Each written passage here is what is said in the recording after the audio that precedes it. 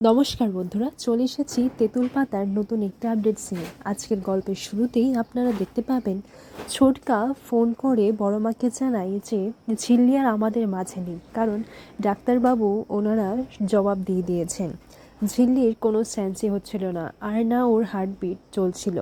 এদিকে ঋষি বলে যে এভাবে তুমি যেতে পারো না, আর তুমি এভাবে সবাইকে ছেড়ে চলে যেতে পারো না, সবাই তো বাড়িতে তোমার জন্য অপেক্ষা করছে, গেট আপ। এরপর রিঙ্কি বলে তুই একবার বলে দেখ না যে তুই ওকে ভালোবাসিস। এরপর ঋষি ঝিল্লিকে বলে যে না, আমি তোমাকে ভালোবাসি না, কিন্তু তুমি তো চুমু খাওয়ার জন্য এত কিছু করলে। এরপর ঋষি সেই ফুলটা ঝিল্লির মাথায় ছুঁয়ে ওকে কপালে একটা চুমু দেয়, আর একটু পরেই দেখা যায় যে ঝিল্লির সেন্সেসগুলো আস্তে আস্তে ফিরছিল।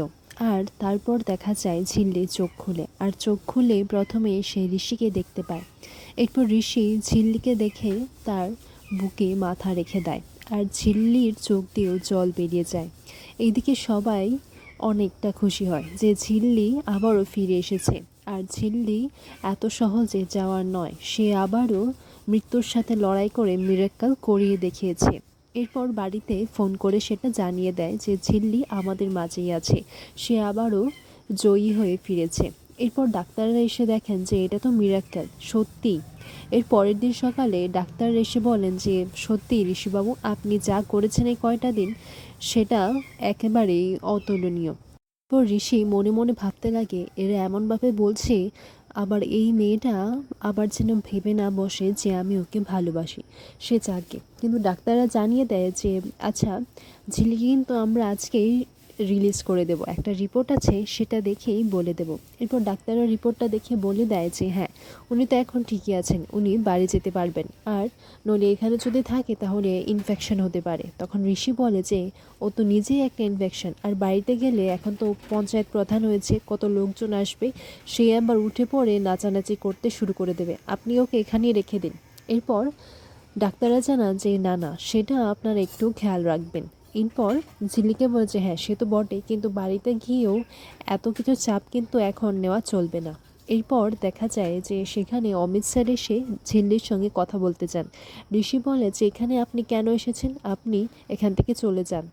এরপর ছোটকা বলে যে না না, ওনাকে ওনার কাজটা করতে দে। তখন অমিত স্যার জানান যে আমি জানি এটা আর তাই আমারই, কিন্তু আমি ঝিল্লির সঙ্গে কথা বলতে চাই।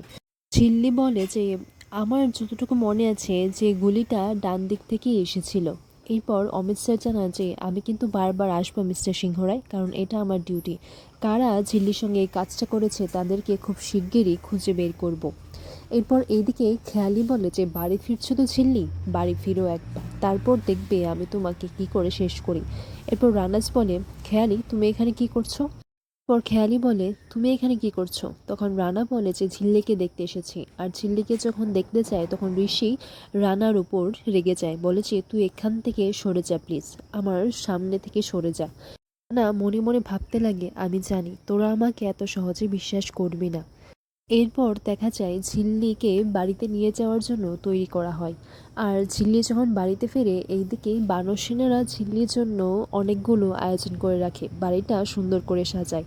এরপর ঝিল্লি এসে দেখে যে এখানে তো কেউ নেই। এরপর হঠাৎ করে দেখা যায় যে ওপর থেকে কিছু একটা ছড়িয়ে দেওয়া হয়, আর তারপরই সবাই এসে ঝিল্লিকে সারপ্রাইজ দেয়। এরপর বড় মাও ঝিল্লির এসে আরতি করে। আর এইদিকে মিষ্টি বলে যে দেখ, আমি তোর জন্য কিন্তু জিলিপিও খাইনি, আমি জিলিপিটা এঁকেছি।